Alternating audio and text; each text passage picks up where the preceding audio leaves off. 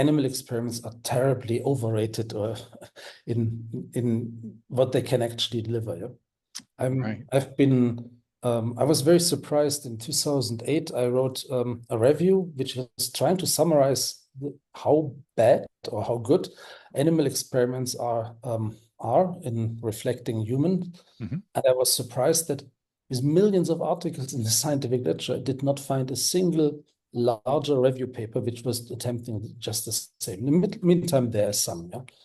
And I'm collecting data since, and what I can see is mice and rats predict each other at about 60% of the time for anything which is a bit more complex, like cancer or effects on embryos. And there's no reason to assume that either of them is better in predicting humans. On the contrary, yeah? They're obviously much closer. So it's I think this was for me an eye-opener and also changed the entire argument. It is good to be on the right side of ethics and avoid suffering of animals where not necessary, but it is also about better science and better decision taking. Yeah, and this is my selling point. Yeah, I'm not going here. Oh, these poor rats, and yeah, it is really about can we help product development, especially drug development, to make it more efficient, and this almost automatically leads to look out for new methods. Yeah.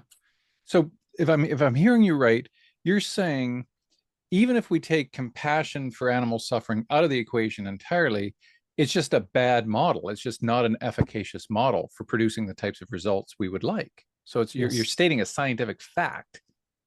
And I can back this with many studies. Right. Whenever this has been analyzed a bit more systematically, and we have done so for several thousand chemicals, which have been done in very standardized tests. And this is the advantage of toxicology. In toxicology, we use the same protocols for many decades. And the people are extremely well trained. There's internationally binding guidelines how to do it. So we really have thousands of examples where the same substance has been tested several times.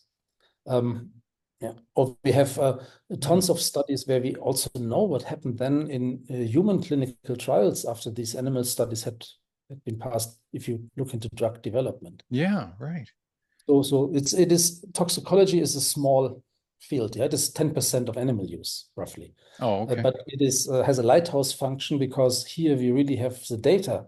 There's no reason to assume that animal experiments are any better in the other areas where we simply cannot compare as easily.